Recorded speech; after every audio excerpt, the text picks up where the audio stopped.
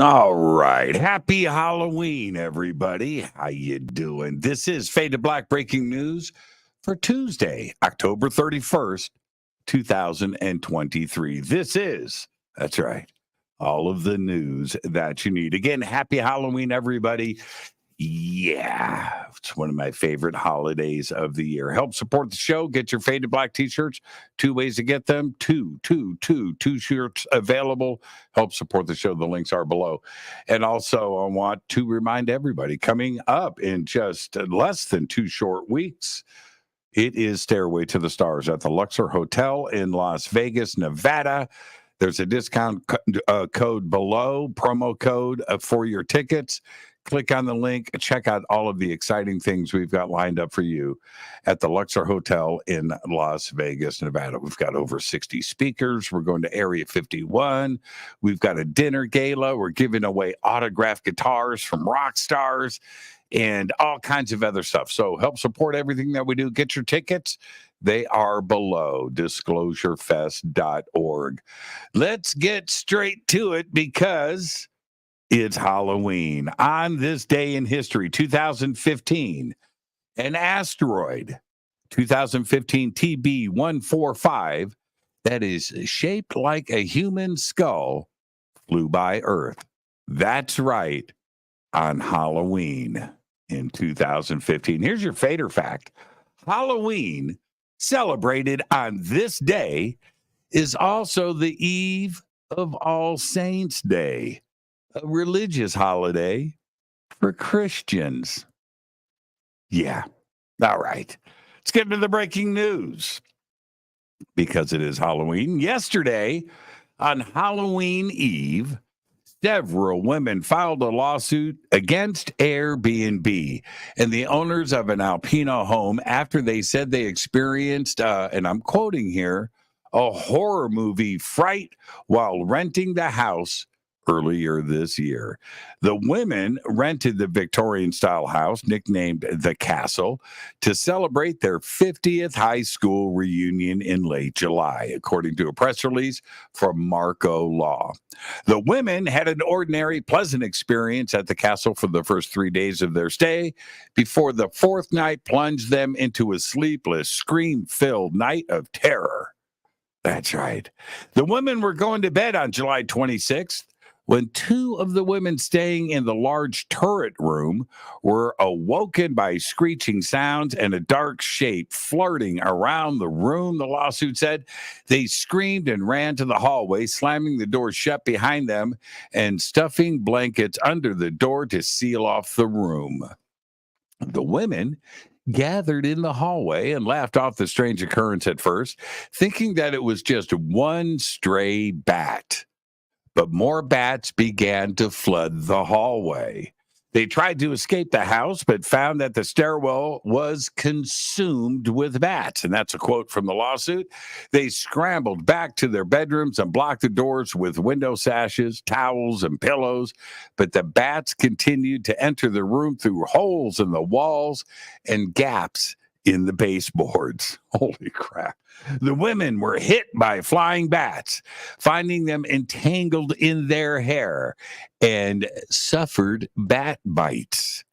Trapped in their rooms, the women each, quote, cowered underneath their covers, end quote, screams sounding off from room to room as the bats flew into the beds and the sheeting until the sun began to rise, and the bats retreated back to their roost in the attic.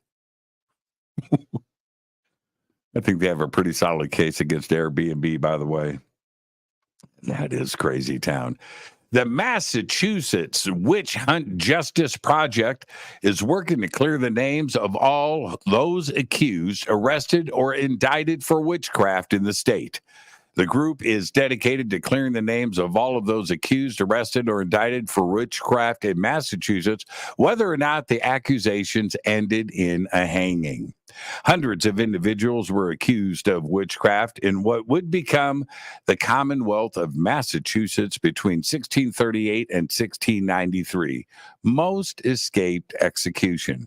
Connecticut state senators in May voted 34-1 to absolve 12 women and men convicted of witchcraft, 11 of whom were executed more than 370 years ago, and apologized for the miscarriage of justice that occurred over a dark 15-year period of the state's colonial history. It's about time. All right, check this out. The sun will reach the peak of its current activity cycle in 2024, 1 year earlier than previous estimates, according to the experts at the NOAA's Space Weather Prediction Center. The revised prediction now places solar cycle 25's peak of activity, known as the solar maximum, between January and October of 2024, according to the NOAA. The peak will be earlier, stronger, and last longer than estimates made back in 2019.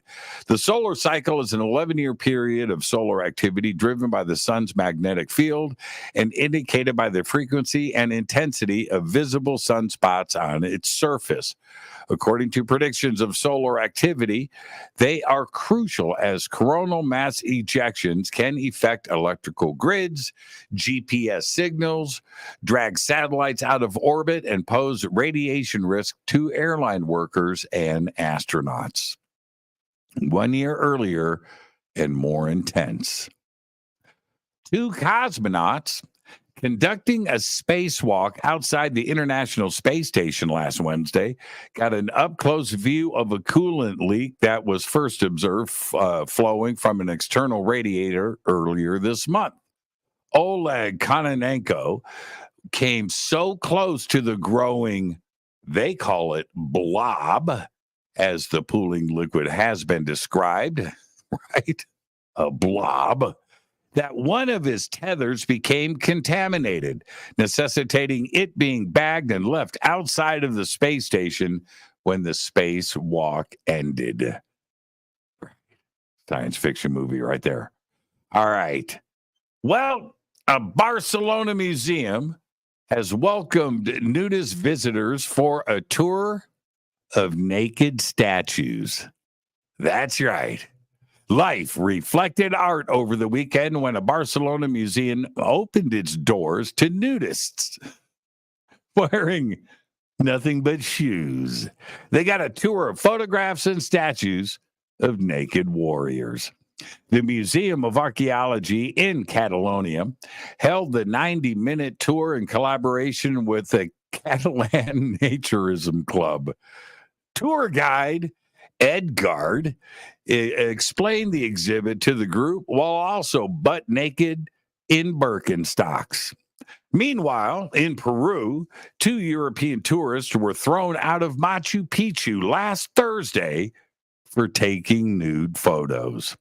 I'll be in Peru in 2 weeks. Why couldn't they have just waited, right? I'm just saying. It would have been kind of cool. Anyway, finally, I'll leave you with this. The 469-mile-long Blue Ridge Parkway captures some of the best amazing overlooks, trails, and views of the Appalachian Mountains that they have to offer. But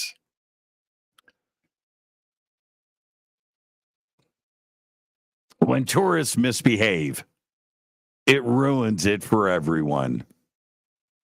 The most recent actions by misinformed visitors are causing a popular section of the roadway to close. Why? Well, according to Blue Ridge Parkway officials, they have multiple reports of visitors feeding and attempting to pick up a young bear in the area at Lane Pinnacle Overlook. That's right. The route is now closed from mile 367.6 near Craggy Gardens picnic area to mile 375.6 at Ox Creek Road. That section is northeast of Asheville, North Carolina, and includes the closure of a visitor center just because of a bear cub. There you go. Happy Halloween, everybody. Tonight on Fade to Black, we have David the Leo King Palmer with us.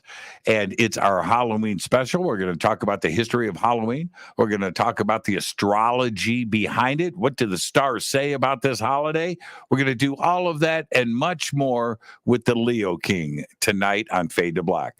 Fade to Black breaking news is produced by Renee Newman. I'm Jimmy Church. Go Backley Tappy.